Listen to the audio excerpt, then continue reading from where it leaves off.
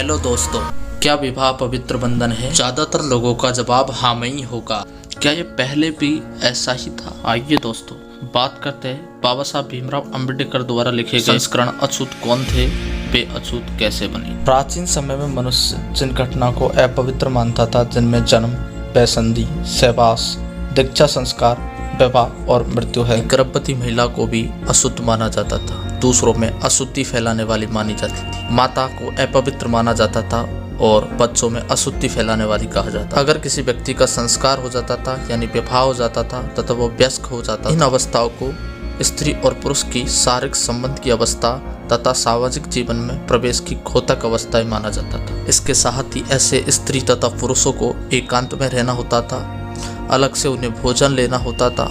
इतना ही नहीं दोस्तों, कई स्त्री और पुरुष तो पवित्रता का प्रमाण देने के लिए अपना अंग छेदन तक कराते थे कि हाँ, उनको एक विशेष भोजन लेने के साथ साथ में औषधियाँ भी लेने पड़ती, जिनसे उन्हें उल्टियाँ करनी पड़ती थी। विवाह के रीति रिवाज को ऐसा मालूम पड़ता है कि पहले पवित्र समझा जाता था, लेकिन कभी कभी विवाहित महिला को उसके जाति के आदमियों के साथ सहवास सहन करना पड़ता था, जैसे कि ऑस्ट्रेलिया में ऐसा होता था। या कभी कभी जाति के मुखिया के साथ उसे सहवास करना पड़ता था।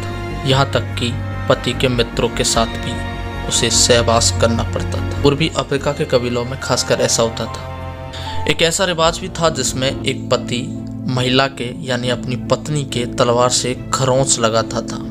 कभी कभी तो ये बात यहाँ तक पहुँच जाती थी कि पति से शादी होने से पहले पत्नी को वृक्ष के साथ फेरे लेने पड़ते थे, और ऐसा मुंडा जनजाति में होता था। मैं आप लोगों से पूछना चाहूँगा कि विवाह को एक पवित्र बंधन मानने के लिए ये बातें कितनी सही है, कमेंट में लिख कर